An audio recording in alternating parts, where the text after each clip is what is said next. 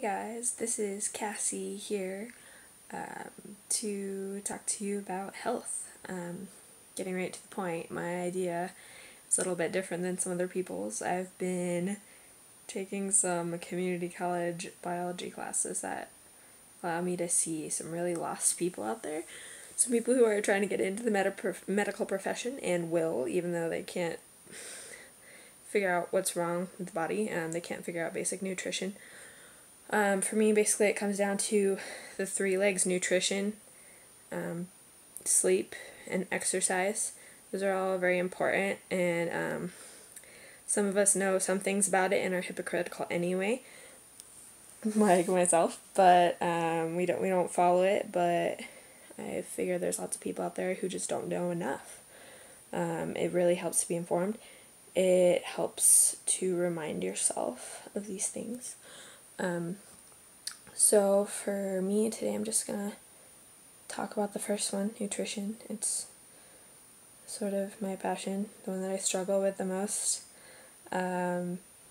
Food, it can be addictive, especially when you're eating the standard American diet with processed foods, things out of boxes and cans and plastic. Even the packaging can be bad for you, can contribute to the position we're at in the world now, where we need to change something with the way we recycle, just because of the way our food is packaged. Food is such a huge industry in this country, in this Western culture. And let's start with the green smoothie. That is going to get you everything you need for your day. Greens and fruit, that's really the biggest things. And then you can add some fat in later. Some nuts and some avocados are great. Nuts and seeds, they're from the plant. They're the part that wants to survive and doesn't really want to be eaten the most, so that's what you want to stay away from the most. And every plant has that. You can't eat too much of anything, even if you are on the same greens. Spinach every day. That spinach has a tiny bit of chemical that will gradually accumulate, so that you don't go around wiping out whole forests of spinach. That spinach wants to survive. It wants you to go on eating little bits of lettuce, little bits of dandelions, little different varieties. And even though it's kind of a sucky situation right now, we still have a variety in our grocery stores.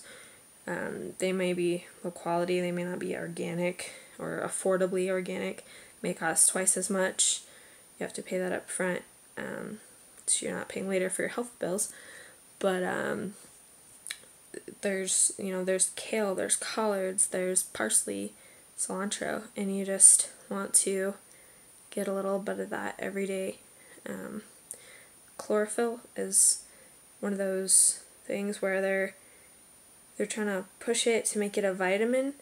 Like vitamin K was one of the more recently they said this is vitamin, it is required for life every day, there's a daily allowance, but they can't do that as easily for chlorophyll because it's harder when it's not profitable. You can't patent chlorophyll, you can't bottle it. It has to be fresh, it has to be broken down. If you're not chewing it right, and I suggest next time you eat a salad, just before you swallow it, spit it out, see how unbroken down it is. These cell walls, they need to be broken down for the energy to be released. That's where the blender comes in. The best is a high-speed blender. Best is like a Vitamix or Blendtec. But if you don't have that, I suggest you just try blending your greens anyway. You've got to add fruit, and you've got to have your soluble and your insoluble fiber. You can research all this on the internet. There's lots of good stuff out there. It's the information age. Go read. And you want to mix the greens with a squishy fiber found in such things as peaches, kiwis, bananas. Bananas are cheap. Cantaloupe, mango. Mango has both, but mango is is this perfect thing to mix with your greens. Makes it taste great. You cannot taste the greens by the time you're done blending it with fruit. But it's super good for you. It's all broken down. So I can tell you the proportions now, and then maybe a different time I'll make one for you. It's about 1/4 to 1/3 water, and then 1/3 greens. And again, you want to mix those up. At first you might want to start with the lettuce, the spinach, and maybe if you see in a dandelion, you know, in a place where you know it hasn't been sprayed or pissed on by a dog, just pick that, throw it in there, just a little bit at a time. It'll give you lots of nutrients and you won't even taste it. But then gradually you can work up to, you know, your kale, your just a couple leaves of collard greens in there, and just mix it up with 1/3 fruit. And you can also freeze this fruit to make it nice and cold.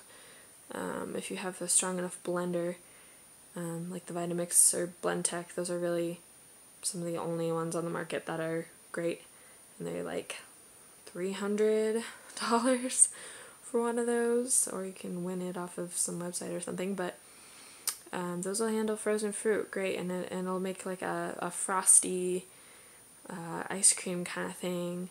And that's especially good if you really, really don't want to taste it. You can just numb your taste buds by making it really cold. Add some ice in there, you know. So yeah, you want to add that fruit, especially make sure that it's ripe.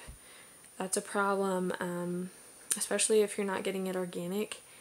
You really need to get it ripe. And for bananas, they start to get brown spots. You don't want green on there. They pick them way too early in our industry.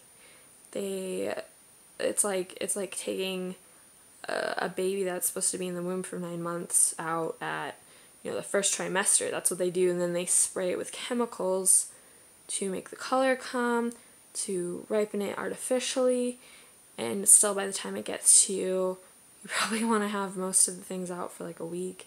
Just depends what you're getting, but really make sure that it's ripe. It'll get sweeter.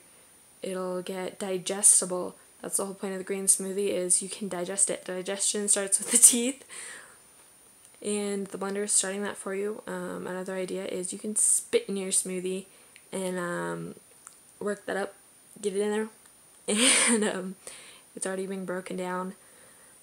Before you've swallowed it, you want to swallow it, slowly swish it with water so that you start digesting it before it's hitting your empty stomach, to get the most out of it. That's all for now. This is my first experiment, and I don't know if it's a good one, but there it is. Love you guys, just because you watched this.